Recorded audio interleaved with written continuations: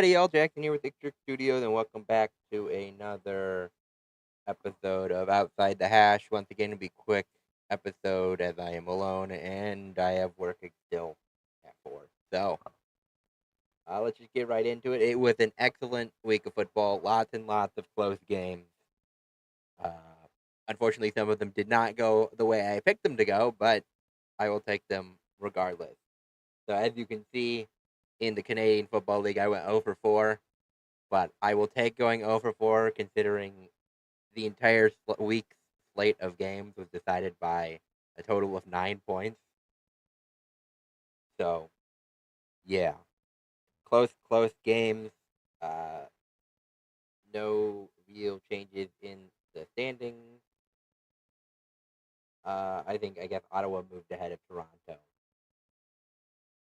SRS still, Saskatchewan still the number one team there. It is kind of wild that only a third of the teams are above 0, though. That's kind of whack. But yeah, so BC beat Hamilton by 3. Nathan Rourke threw over 400 yards. James Butler, 85 yards rushing. Justin McGinnis, over 150 receiving yards, all for BC. Edmonton eked by Montreal 23-22 to get their second win in the battle of backup quarterbacks that were traded. This is very frustrating for me. McLeod Bethel Thompson got hurt, so I guess our third string played part of the game too. But I just really miss Fajardo. I don't know why we made that stupid trade. I mean, even if we were going to start Alexander, I don't know why you wouldn't keep Fajardo around because the team had always played really well with him. But regardless, he got the win, so he got a little bit of revenge. 289 yards. Sean Thomas Erlington led the game with only 33 yards rushing. He's really slowed down since his hot start. Justin Rankin for the Elks leading the way receiving with 88. Calgary got the win over Winnipeg. Vernon Adams returned from injury, so he threw 300 yards. Diedrich Mills picked up 105 yards on the ground, and Brady Oliveira, the running back, that is not a misplacement. He did lead the game with receiving with 100 yards. So everybody over triple digits there is kind of wild. And then Ottawa beat Toronto in a shootout. Drew Brown threw 373 yards. William Stanback, 84 yards rushing. I also miss him in Montreal. And Brayden Addison had 115 yards receiving for the Red Black. So Ottawa, Winnipeg. I will go Winnipeg, Toronto, Edmonton. I'm going to go Toronto. Montreal, BC. I'm going to go BC. Hamilton, Saskatchewan. I'm going to go Saskatchewan. So, I think there were some changes here at the bottom. I think Brendan Adam moved up and Trevor Harris moved into fifth. But Bo Levy Mitchell still leads the game still leads the league in passing. James Butler is the leader in rushing, and DeMonte Coxey is still leading the league in receiving. We still have the crossover right now with BC still having more points than Ottawa. So that will be interesting to see as we head into the second half of the season to see if that will stick around or not. And with that, we will head on over to Europe, where we actually did have some close games this week. So it really was a good week for football. So Berlin beat, or sorry, the Enthroners beat Berlin to get their first win of the season here in the second to last week in a shootout 34-31. Pullman, 245 yards. Polk for the Thunder had 159 yards rushing. John Cole at 110 yards receiving. So he continues his very excellent season, of course, obviously, for a 4 team, so lots of garbage time. But he has really killed it this year. Paris absolutely smoked Helvetic, 77-0. They put in backups like halfway through the game. No surprise there, but Vienna beat the Panthers.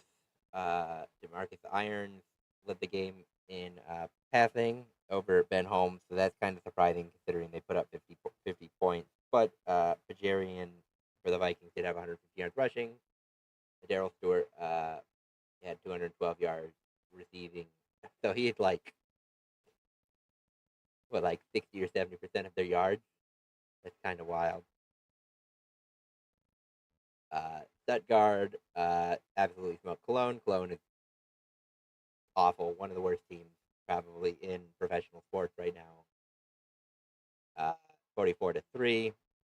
Frankfurt beat Prague in overtime in a very, very excellent game. Wang had 334 yards rushing. Smith, the Panthers quarterback, led the game in rushing with 99. And then Easton, 131 receiving yards for the Galaxy. The Nordic Storm easily handled the Sea Devils, 40-7. Jadrian Clark, 316 yards passing. I believe he threw 5 touchdowns, no picks. Uh, Solarat for led the game in receiving, and Bulilu, 93 yards receiving. Munich won in a close one over Madrid in another close game. So the third one-score game this week in Europe. So that might be like a record, basically, because the league almost never has close games, at least not multiple of them. Reed Sinnott, though, for the Bravos, did lead the game in rushing with 270. Rodney, 131 yards rushing, and Krushank, 120 yards receiving. And then the Fire beat the Raiders. Jeffries had 318 yards passing. Scott, 70 yards rushing. Quofi, 178 receiving for the Fire, and they got that 10-point win. So that's even another close game, even if it wasn't a single score. So, what? So half the games were basically close. That's wild for this league. Vienna still leads the league in SRS, Nordic, I guess Stuttgart 2, Nordic 3, Munich 4. But the playoff standing right now is Vienna and Munich with the byes. Nordic hosting Paris, Stuttgart hosting uh, the Fire. So, and then they reseed. So we'll hop over to the IFL, which had their conference championship this weekend, which was like once again some really close games. Uh, Green Bay beat Quad City in Moline by 7. Duquan Neal had a good game, but their defense didn't show up, which is disappointing. But makes sense. Max Miller is a good quarterback for the Blizzard. I believe neither quarterback threw a pick, so it was just lots and lots of offense. And then the Vegas Nighthawks beat the Strike Force in overtime, 74-68, in a shootout there as well. Um, San Diego put in a really good effort considering the fact that they got screwed over because they didn't get to host the game despite the fact they were the higher seed, and then they only had like 3 days rest because they were the first game they were on Friday after having like the last game the week before. So it was a real kind of bullshit. But uh, Jaden Delora for the Nighthawks, 243. Eddie Vander for the Strike Force got 64 yards to lead the game in rushing, and then Quentin Randolph, 108, to lead the game in receiving. For Pick'em, I think I'm definitely going to go Green Bay just because that fan base deserves it. That team is old and it does not have a championship, so let's hope they can finally get their first championship. And with that, we will head over to the Arena League, which had their championship this weekend. They did not have their stats in yet when I checked a couple hours ago, so that was kind of annoying. But it was Duluth pretty much all the way. So not really surprising. So Duluth finishes their back-to-back championship run. Yeah, I still can't believe in the final season SRS that the Goats ended up with the second highest SRS, despite the fact they didn't make the playoffs. But I guess that's what you get for losing a bunch of 1 point games at the beginning of the year. And with that, we will finally hop over to the fun league where we have the Australian Football League. My Magpies have really fallen off a cliff, so they have fallen all the way to third right now. They have another. They have a bad opponent too coming up this week. So I don't think they can fall out of the playoffs, but they are definitely in danger of falling out of the top four, which would be horrible for them. But yeah, Hawthorne absolutely smoked them 110-46. Geelong, they're really hot right now. They beat Eston 109-65. Sydney beat Brisbane 92-90. So they are above 500 officially. Their SRS is not in positive yet, but after a long road, they have made their way to positive. I don't think they can. I don't think they can make the playoffs anymore, but they're heading in the right direction after they completely fell apart at the second half of last year, which is kind of what Collingwood is doing right now. But they did not have nearly the cushion that Sydney did.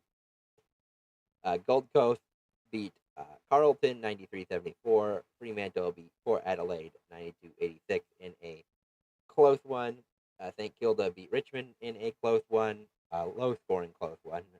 2 goals with the leading goal scorer, which is absolutely wild. GWS handled North Melbourne 133-79. Western beat Melbourne 105-99, another close one. That's a 1 goal game.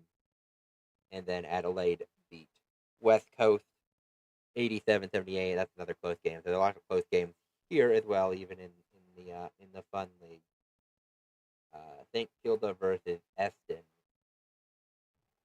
I think I will go with Saints here. Brisbane, Fremantle. Fremantle is really hot right now, so we'll go Fremantle. Collingwood, Adelaide, yeah. So I gotta have to pick against my Magpie there because Adelaide is hot, Collingwood is not. So that pains me, but yeah. For Adelaide, Carlton. This is kind of a garbage game. What's the SMS difference on Carlton? So I should go for Adelaide, but not by much. For Adelaide, GWS, Gold Coast. Gold Coast is in the last season. Yeah, we will go Gold Coast. Picking against the Demons as always. We'll pick the Brews. We'll go Geelong, and then we'll go Western to beat West Coast because West Coast is absolute hot garbage. Probably also one of the worst teams in professional sports, and this is a little bit more of a legitimate league. So I don't know how you can compile a team that bad, but yeah, I got nothing else to pitch this week. So quick 15-minute episode going over everything. We do have, I guess, some leagues are coming up soon. I think the X League starts in like 2 weeks. College football starts in like 2 weeks. So even though we lose the Arena League and the IFL next week at their final week, the ELF is wrapping up. And the AFL is actually wrapping up too. But we've got more football coming around the corner to make up for the leagues that are winding down. So I will see everybody next week.